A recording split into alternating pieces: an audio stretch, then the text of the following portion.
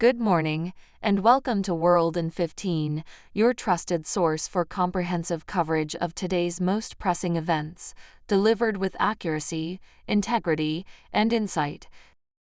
In a devastating incident, at least 35 people were killed and dozens injured after Israeli missiles struck a camp for displaced Palestinians in Rafah, southern Gaza Strip. The attack occurred at around 8:45 p.m. local time in the Tal as-Sultan area, which was considered a safe zone. The Wafa news agency reported that many victims were burned alive inside their tents. The death toll was reported as 40 by the Palestine Red Crescent Society, while Reuters cited Gaza's Ministry of Health confirming 35 deaths.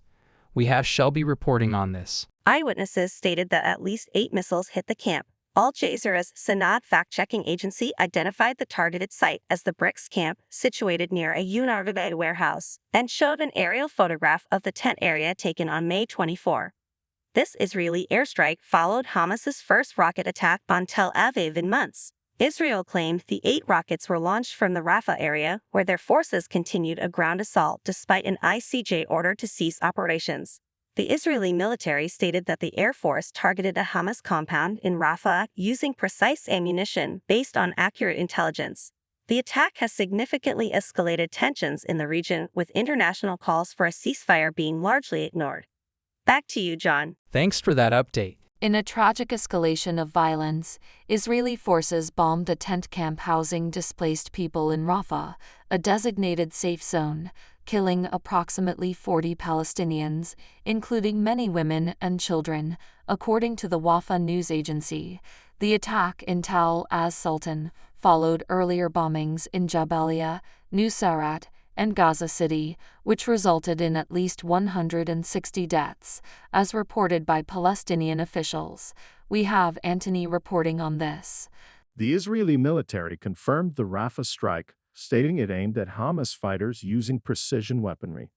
However, they acknowledged civilian casualties due to a fire and are investigating the incident.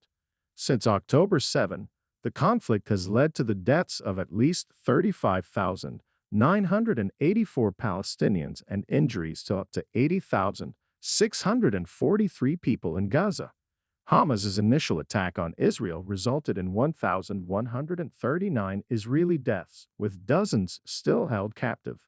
The situation remains dire, with ongoing international calls for a ceasefire amid the severe humanitarian crisis.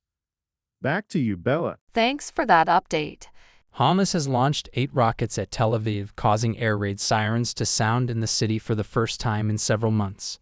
The Israeli military reported that the rockets were fired from Rafah in southern Gaza, an area where Israeli forces are continuing a ground assault despite an International Court of Justice order to cease operations. We have Jensen reporting on this. Israel's Iron Dome air defense system intercepted several rockets, but the attack caused sirens to sound in about 30 areas across central Israel, including Tel Aviv, resulting in several light injuries. Hamas's military wing, the Qassam brigades, claimed responsibility for the attack, stating it was in response to Zionist massacres against civilians. The conflict has intensified, with Israeli strikes killing at least 5 Palestinians in Rafah on Sunday. Israeli tanks have also attacked the outskirts of the city near the main southern crossing point into Egypt.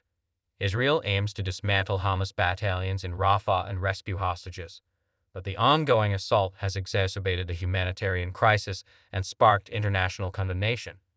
Back to you, John. Thanks for that update. In the bustling city of Hong Kong, residents are increasingly turning to neighboring Shenzhen for dining and shopping, attracted by its superior entertainment options and lower costs. Mimi Lau, a Hong Kong resident, frequently visits Shenzhen for meals and shopping, finding it more convenient and affordable than popular spots in her home city. We have Alana reporting on this. Lau highlights the ease of crossing the border, with simple ID checks and abundant transportation options available at Shenzhen Bay Port. The seamless experience is further enhanced by the prevalence of electronic payments, eliminating the need for cash. Lau's enthusiasm mirrors that of many others, as evidenced by the 53 million trips made by Hong Kong residents to Shenzhen in 2023, marking a significant uptick following the lifting of Soviet-era border restrictions. In March alone, a record 9.3 million departures occurred, primarily to mainland China, leaving Hong Kong's nightlife and shopping districts notably quiet during the Easter holiday period. Back to you, Bella. Thanks for that update. Chinese Premier Li Qiang emphasized the importance of rejecting protectionism and upholding globalization during the first trilateral summit between China, Japan, and South Korea in nearly 5 years. We have Patrick reporting on this. Li urged the three countries to consider each other as partners and opportunities for development, advocating against politicizing economic and trade issues or security matters. He also emphasized China's commitment to welcoming foreign companies and improving the business environment for their investment and development in China. The summit, held in Seoul, aimed to enhance economic cooperation, although discussions were overshadowed by North Korea's announcement of plans to launch a satellite, raising concerns about the overlap between satellite and ballistic missile technology. Back to you, John. Thanks for that update. Research from the London School of Economics and Political Science, LSE, reveals that women's representation among top earners in the financial and professional services sector in the United Kingdom has decreased since the onset of the COVID-19 pandemic. We have Philip reporting on this. Between the first quarter of 2020 and the second quarter of 2023, women accounted for less than 20% of the top 1% of earners, down from 19.7% in the preceding 3 years. Associate Professor Grace Lorden of LSE emphasizes that the stagnation of women's progress into senior roles exacerbates the gender pay gap. She asserts that fostering diversity is essential for business advancement. Recent data from 21 leading financial firms in the UK, reviewed by Reuters, also indicates a gender pay gap, with women earning on average 28.8% less than men. However, the LSE research offers a glimmer of progress, showing that women constituted 28.3% of the top 10% of earners between the first quarter of 2020 and the second quarter of 2023, marking a 2.5% increase from the previous 3-year period. Back to you, Bella. Thanks for that update. Powerful storms and tornadoes have wrought devastation across parts of Texas, Oklahoma, and Arkansas, claiming the lives of at least 11 people, including 2 children. The destruction unfolded as tornadoes tore through communities, obliterating homes and even destroying a truck stop where people sought refuge. We have Patrick reporting on this. In Cook County, Texas, near the Oklahoma border, 7 fatalities were reported after a tornado swept through a rural area near a mobile home park on Saturday night. Meanwhile, in Oklahoma's Mace County, at least 2 individuals lost their lives as a tornado struck late Saturday. In northern Arkansas, 2 people were killed in storms during the early hours of Sunday. Cook County Sheriff Ray Sappington described the scene as a trail of debris, with severe devastation. Among the deceased were 2 children aged 2 and 5. Hugo Parra, a resident of Farmers Branch, north of Dallas, recounted seeking shelter with dozens of others in a petrol station bathroom, narrowly escaping the storm's fury. The aftermath reveals the immense toll and destruction left behind by the powerful storms and tornadoes. Back to you, John. Thanks for that update. Cyclone Remal has struck the low-lying coast of Bangladesh, prompting the evacuation of at least 800,000 people from their homes, according to officials. We have Lee reporting on this. The cyclone made landfall in the southern district of Kepipara around 8 p.m. local time, with meteorologist Shamim Ahsan reporting wind speeds of up to 120 kilometers per hour, 75 miles per hour. Authorities raised the danger signal to its highest level of 10, and the Ministry of Disaster Management and Relief Secretary Kamrul Hassan instructed people to relocate from unsafe and vulnerable homes. Back to you, Bella. Thanks for that update. At least 12 people were injured when a Qatar Airways flight from Doha to Dublin encountered turbulence while flying over Turkey, according to Dublin airport authorities. The incident occurred on Qatar Airways flight QR017, resulting in injuries to 6 passengers and 6 crew members. We have Michael reporting on this. The aircraft landed safely as scheduled before 1 p.m. local time, where it was met by emergency services including airport police and fire and rescue departments. All passengers were assessed for injuries before disembarking, with 8 passengers taken to hospital in Dublin for further treatment. Qatar Airways confirmed the incident involving their Boeing B787-9 aircraft, stating that a small number of passengers and crew sustained minor injuries and are receiving medical attention. An internal investigation into the matter has been initiated by the airline.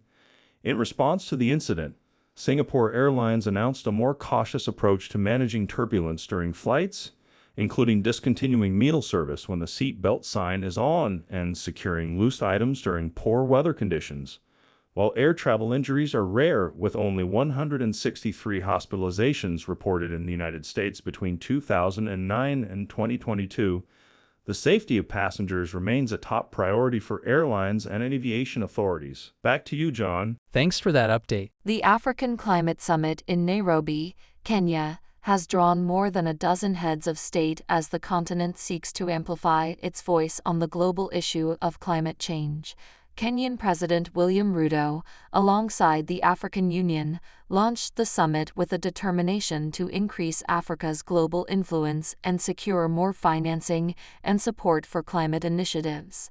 We have Owen reporting on this. President Ruto highlighted the urgent need to address the climate crisis while also emphasizing the significant economic opportunities it presents, including multi-billion-dollar possibilities, new financial structures, Africa's abundant mineral wealth, and the vision of shared prosperity. However, there is growing frustration among African nations regarding the disproportionate burden placed on them to adopt cleaner development strategies compared to the world's richest countries, which historically have been the main contributors to climate-altering emissions. Mithika Mwenda from the Pan-African Climate Justice Alliance emphasized the disparity in climate assistance received by African countries, stating that the annual funding falls significantly short of the required amount. Muhammad Ato of Power Shift Africa echoed these sentiments, calling for increased funding from wealthier nations that have benefited from Africa's resources. Despite a 4% increase in climate financing to poorer countries in 2020, the total remains below the $100 billion annual goal set in 2009.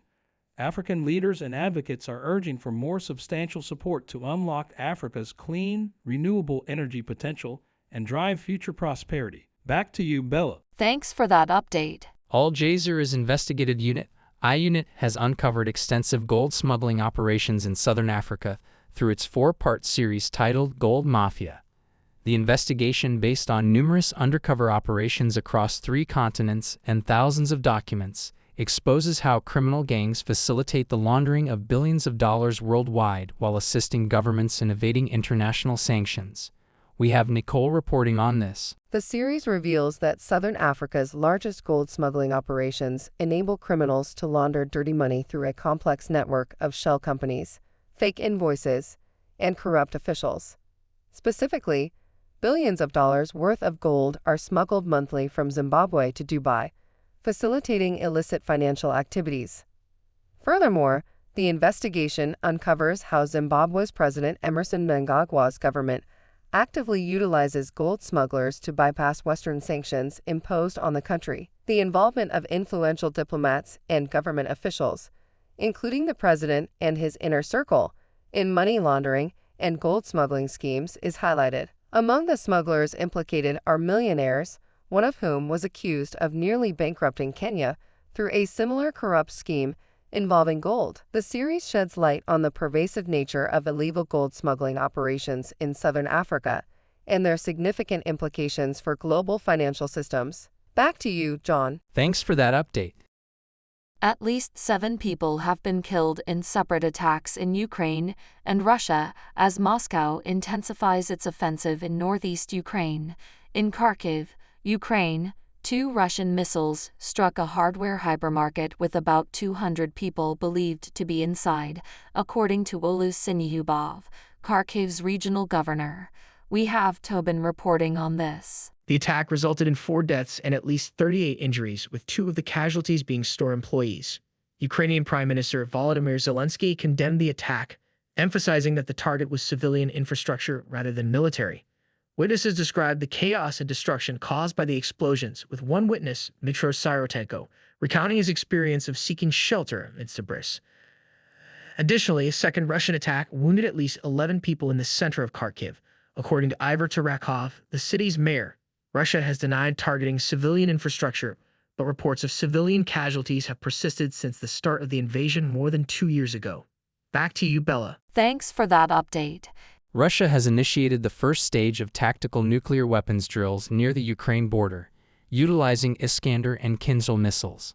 The exercises, conducted in Russia's southern military district, which encompasses areas bordering Ukraine, are perceived as a warning to Ukraine's Western allies.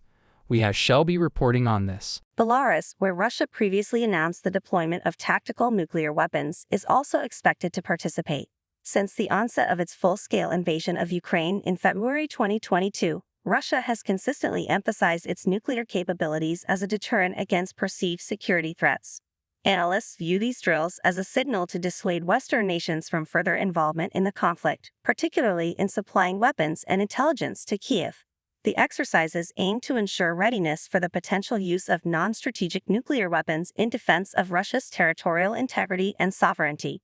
President Vladimir Putin ordered the drills in response to statements from Western officials suggesting increased support for Ukraine. Back to you, John. Thanks for that update. Thanks for tuning in to World in 15 for your daily dose of news and updates. Don't forget to hit that subscribe button and turn on notifications so you never miss out on breaking stories and insightful analysis.